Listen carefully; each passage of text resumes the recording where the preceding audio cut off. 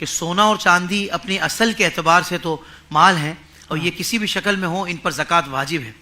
اگر کسی کے پاس سونا یا چاندی ہے یا زیورات ہیں یا کسی بھی شکل میں تو وہ قیمت خرید کے حساب سے وہ اس کا حساب کرے گا زکوٰۃ کا، یا جو اس وقت چل رہا ہے مارکیٹ میں، یہ بھی ارشاد فرما دیں۔ اور ساتھ ہی ساتھ یہ بھی ارشاد فرما دیں کہ کسی خاتون کے پاس سونا یا زیورات وغیرہ ہیں اور زکوٰۃ کی ادائیگی کے لیے نقد پیسے نہیں ہیں تو وہ زکوٰۃ کیسے ادا کرے گی؟ جیسا کہ آپ نے بتایا کہ سونا اور چاندی خلقی اعتبار سے ان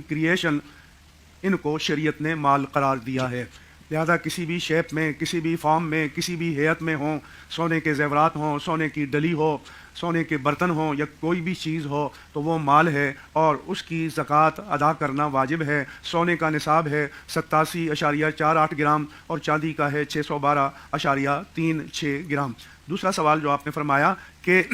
جب سونا اور چاندی مال ہیں تو کون سی قیمت کا اعتبار ہوگا کہ کسی نے فرض کرو آج سے 5 سال 10 سال 20 سال پہلے خریدا تھا اس کا اعتبار ہوگا یا آج کا؟ تو اس کے لیے کرنٹ مارکیٹ ویلیو کا اعتبار ہوگا کہ آج کی تاریخ میں اس مقدار چاندی یا اس مقدار سونے کی جو بازاری قیمت ہے یعنی جس پر وہ بک سکتا ہے تو اس کے حساب سے اس کو اپنی اسیسمنٹ کرنی چاہیے اور زکوٰۃ ادا کرنی چاہیے۔ البتہ جیسے بعض لوگ کہتے ہیں جی بیگم کا زیور ہے لیکن اس کے پاس پیسے نہیں ہیں تو شریعت نے یہ کہا ہے کہ اس میں سے زکوٰۃ دو،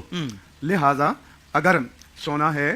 اور نقد ہیں تو نقد کی صورت میں دے سکتے ہیں، اس کا شوہر دینا چاہے اس کی طرف سے تو دے سکتے ہیں، نہ بھی ہو تو اس کا جو 40واں حصہ ہے